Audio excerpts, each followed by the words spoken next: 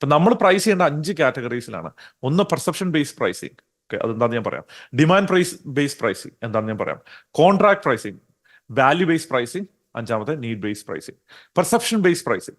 അപ്പൊ നമ്മളെ സംബന്ധിച്ച് പെർസെപ്ഷൻ ബേസ്ഡ് പ്രൈസിങ് എന്ന് പറഞ്ഞാൽ അവരുടെ മനസ്സിൽ ഈ പ്രോബ്ലം എങ്ങനെ അവർ പെർസീവ് ചെയ്യുന്നു അതിന് പ്രാധാന്യമുണ്ട്, അത് വാല്യൂ ആണ്. നിങ്ങൾ ആ പ്രോബ്ലം സോൾവ് ചെയ്ത് കൊടുക്കുകയാണെങ്കിൽ, ഫോർ എക്സാമ്പിൾ വെച്ചാൽ നിങ്ങൾ കുട്ടികൾ ഉണ്ടാകാതിരിക്കുന്ന ആൾക്ക് കുട്ടികൾ ഉണ്ടാക്കാനായിട്ട് ഹെൽപ്പ് ചെയ്യുന്ന ഒരു ഡോക്ടറാണെന്നിരിക്കുക. നിങ്ങളുടെ ട്രീറ്റ്മെന്റ് എന്ന് വെച്ചാൽ ഈ പറഞ്ഞ പോലെ കുട്ടികൾ ഉണ്ടാകാത്ത ആൾക്കാർക്ക് ട്രീറ്റ്മെന്റ് വഴി കുട്ടികൾ ഉണ്ടാക്കി കൊടുക്കുകയാണ്. നമുക്ക് വിലയിടാൻ പറ്റുമോ? ക്ലിയർ ആണോ? ഇതുകൊണ്ടാണ് ന്യൂറോ സർജൻസ് ഏറ്റവും കൂടുതൽ പൈസ ഉണ്ട്. ന്യൂറോ സർജൻസും cardiac thoracic surgeons, neuro surgeons ഇന്ത്യയിൽ ഒരുപാട് പൈസ ഉണ്ടാക്കുന്നുണ്ട്. എന്താണ് ന്യൂറോ സർജറി? ബ്രെയിനിന്റെ ഉള്ളിൽ വളരെ സ്പെസിഫിക് ആയിട്ടുള്ള നിച്ച് മാർക്കറ്റിൽ പോയിട്ട് ബ്രെയിൻ സെൽസിനെ ചിലപ്പം ക്വാർട്ടറൈസ് ചെയ്ത് കട്ട് ചെയ്ത് കളയുന്നതാകാം, അല്ലെങ്കിൽ മറ്റെന്തെങ്കിലും കാര്യങ്ങൾ ചെയ്യുന്നതാകാം. ന്യൂറോ സർജൻസ് സിഗ്നിഫിക്കൻ്റ് ആയിട്ടുള്ള സ്പെഷ്യലൈസ്ഡ് ആയിട്ടുള്ള സാധനമാണ്. പെർസെപ്ഷൻ സിഗ്നിഫിക്കൻ്റ്ലി ഹയർ ആണ്. ന്യൂറോ സർജറി ചെയ്യുന്നതിന് എത്ര 50 രൂപ എന്ന് നമ്മൾ ചോദിക്കില്ല, അല്ലെങ്കിൽ 10 ലക്ഷം രൂപ 12 ലക്ഷം രൂപ ആണെന്ന് പറയുമ്പോൾ നമ്മൾ ഒരിക്കലും ചെന്നിട്ട് ഇച്ചിരൂടെ ഡിസ്കൗണ്ട് കിട്ടുമോ എന്ന് നമ്മൾ ചോദിക്കാറില്ല ഹോസ്പിറ്റൽസിൽ പോയിട്ട്. എന്തുകൊണ്ടാണ്? കാരണം അതൊരു സ്പെഷ്യലൈസ്ഡ് ആയിട്ടുള്ള കാര്യമാണ്. കാർഡിയാക് തൊറാസിക് സർജറി കുറച്ചുകൂടെ അഡ്വാൻസ് ആയിട്ടുള്ള കാർഡിയാക് സർജറീസ് ആണ്. ഈ സർജറി ചെയ്യുന്ന ആൾക്കാരുടെ അടുത്ത് നമ്മൾ ഡിസ്കൗണ്ട് ചോദിക്കാറില്ല. കാരണം എന്താണ്? Perception of value significantly high ആണ്. ക്ലിയർ ആണല്ലോ?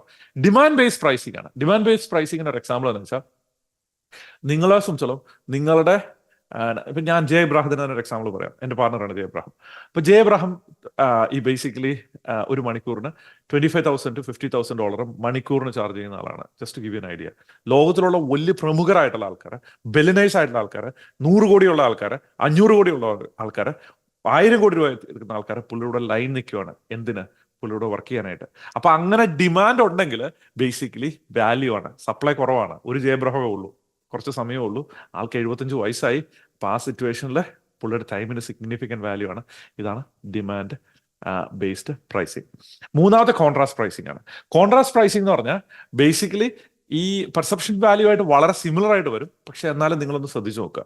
അതെന്ന് വെച്ചാൽ നിങ്ങളുടെ ബിസിനസ് നിങ്ങളൊരു സോഫ്റ്റ്വെയർ വാങ്ങാൻ പോവുകയാണ്. അപ്പൊ ആ സോഫ്റ്റ്വെയർ വാങ്ങാൻ പോകുന്ന സിറ്റുവേഷന് നിങ്ങൾ റിയലൈസ് ചെയ്യുവാണ് നിങ്ങൾ ഒരാഴ്ചയിൽ നിങ്ങൾക്ക് 50,000 രൂപ വെച്ച് നഷ്ടം വരുന്നുണ്ട്. ഓക്കെ, അപ്പൊ ഈ സോഫ്റ്റ്വെയർ മേടിച്ചാൽ നിങ്ങൾക്ക് 50,000 രൂപ സേവ് ചെയ്യാൻ പറ്റും. നിങ്ങൾ ആക്ച്വലി 50,000 ആണോ സേവ് ചെയ്യുന്നത്? അല്ല, ഒരു മാസം നിങ്ങൾ 2 ലക്ഷം രൂപയാണ് സേവ് ചെയ്യുന്നത്, അല്ലേ? ഒരു വർഷം 24 ലക്ഷം രൂപ സേവ് ചെയ്യുന്നെങ്കിൽ, ലെറ്റ്സ് ഈ 10 വർഷം ഈ സോഫ്റ്റ്വെയർ ഇരിക്കുവാണെങ്കിൽ 24 ലക്ഷം ടൈംസ് 10, 2.4 crore ആണ് നിങ്ങൾ സേവ് ചെയ്യുന്നത്. അപ്പോൾ 2,40,00,000 രൂപ നമ്മൾ സേവ് ചെയ്തു. എത്ര? 5 ലക്ഷം രൂപയുടെ സോഫ്റ്റ്വെയർ മേടിച്ചുകൊണ്ട്. ഇതാണ് കോൺട്രാസ്റ്റ് പ്രൈസിങ്. അവർക്കൊരു പർട്ടിക്കുലർ പ്രോബ്ലം സോൾവ് ചെയ്ത് കിട്ടുന്നു, എക്കണോമിക്കൽ ആയിട്ടുള്ള പ്രോബ്ലം സോൾവ് ചെയ്ത് കിട്ടുന്നു. ആ സോൾവ് ചെയ്ത് കിട്ടുന്നത് കൊണ്ട് ഫൈനാൻഷ്യലി ആകാം, ഇമോഷണലി ആകാം, ടൈം ആകാം, പെട്ടെന്ന് ചെയ്ത് കിട്ടുന്നതുകൊണ്ടാകാം. അങ്ങനെ ഏതെങ്കിലും ഒരു സിറ്റുവേഷനിൽ അവരിരിക്കുന്ന സിറ്റുവേഷനിൽ അവരിയ്ക്കുവാണെങ്കിൽ ബേസിക്കലി എന്താണ് സംഭവിക്കുന്നത്? ആ സംഭവിക്കുന്നതിൽ നിന്ന് നിങ്ങൾ അവരെ പുറത്തിയടിക്കുകയാണ്. അതിനാണ് നിങ്ങൾ പ്രൈസ് ചാർജ് ചെയ്യുന്നത്. അങ്ങനെ നമ്മളെ സംബന്ധിച്ചോളം നമ്മൾ അടുത്ത കാര്യത്തിലേക്ക് പോവുകയാണ്. Secret number 4, premium pricing demands major problem solving. എന്ന് പറഞ്ഞതെന്ന് വെച്ചാൽ നിങ്ങൾ ഒരു സീരിയസ് ആയിട്ടുള്ള ഒരു പ്രോബ്ലം സോൾവ് ചെയ്യണം. അപ്പോഴാണ് പ്രീമിയം പ്രൈസ് ചെയ്യാൻ പറ്റുന്നത്. അപ്പൊ ഇവിടെ നിങ്ങൾ റിയലൈസ് ചെയ്യാന്ന് വെച്ചാൽ 3 നിച്ചസുകൾ. അപ്പോൾ 3 നിച്ചസ് എടുത്തു കഴിഞ്ഞാൽ അതായത് മനുഷ്യൻ ഹ്യൂമന്റെ ഫണ്ടമെന്റൽ ബിഹേവിയറിൽ 3 കാര്യങ്ങളിലാണ് ബേസിക്കലി ഹ്യൂമൻസിന് ഇൻട്രസ്റ്റ് ഉള്ളത്. ഒന്നെന്ന് വെച്ചാൽ ബേസിക്കലി റീപ്രൊഡക്ഷൻ, ഹ്യൂമൻ ഇൻട്രസ്റ്റ് ഉള്ള ഒരു കാര്യമാണ്. ഓക്കെ, റീപ്രൊഡക്ഷൻ റിലേറ്റഡ് ആയിട്ടുള്ള കാര്യങ്ങൾ.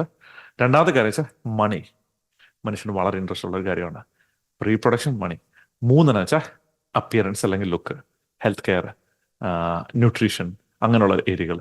ഈ 3 ഫണ്ടമെന്റൽ ഏരിയകളിലാണ് ഹ്യൂമൻ ബീങ്സ് മോസ്റ്റ്ലി ലീവ് ചെയ്യുന്നത്. അപ്പൊ നിങ്ങളുടെ പ്രൊഡക്റ്റ് ഏതെങ്കിലും കാരണവശാൽ റീപ്രൊഡക്ഷനുമായിട്ട് കണക്റ്റഡ് ആണെങ്കിൽ, അല്ലെങ്കിൽ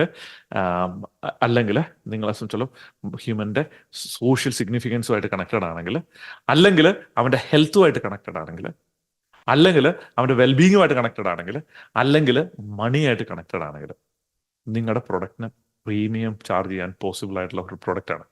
secret number 5, premium pricing demands market intelligence.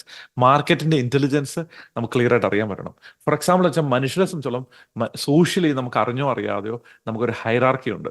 നമ്മൾ അറിഞ്ഞോ അറിയാതെയോ നമ്മൾ ഹൈ ക്ലാസ് ആയിട്ടുള്ള ആൾക്കാരായിരിക്കും, മീഡിയം ക്ലാസ് ആയിട്ടുള്ള ആൾക്കാരായിരിക്കും, ലോ ക്ലാസ് ആയിട്ടുള്ള ആൾക്കാരായിരിക്കും നമ്മുടെ തന്നെ പെർസെപ്ഷനിൽ. നിങ്ങൾ ആരും കുറഞ്ഞവരോ കൂടിയവരെന്ന് ഞാൻ പറയുമല്ല. നമ്മുടെ തന്നെ പെർസെപ്ഷനിൽ നമ്മൾ തന്നെ അങ്ങനെ വിചാരിക്കുന്നുണ്ടാവും.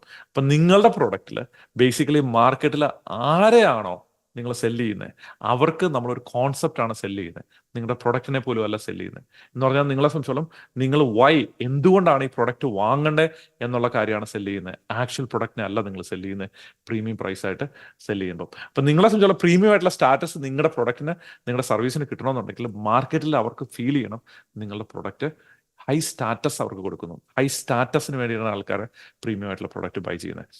അപ്പൊ ആ സോഷ്യൽ സ്റ്റാറ്റസ് താഴോട്ട് പോകാതിരിക്കാൻ വേണ്ടിയാണ് ആൾക്കാർ ബൈ ചെയ്യുന്നത് എന്നറിയണം. അതാണ് മാർക്കറ്റ് ഇന്റലിജൻസ് നമ്മൾ പറയുന്നത്.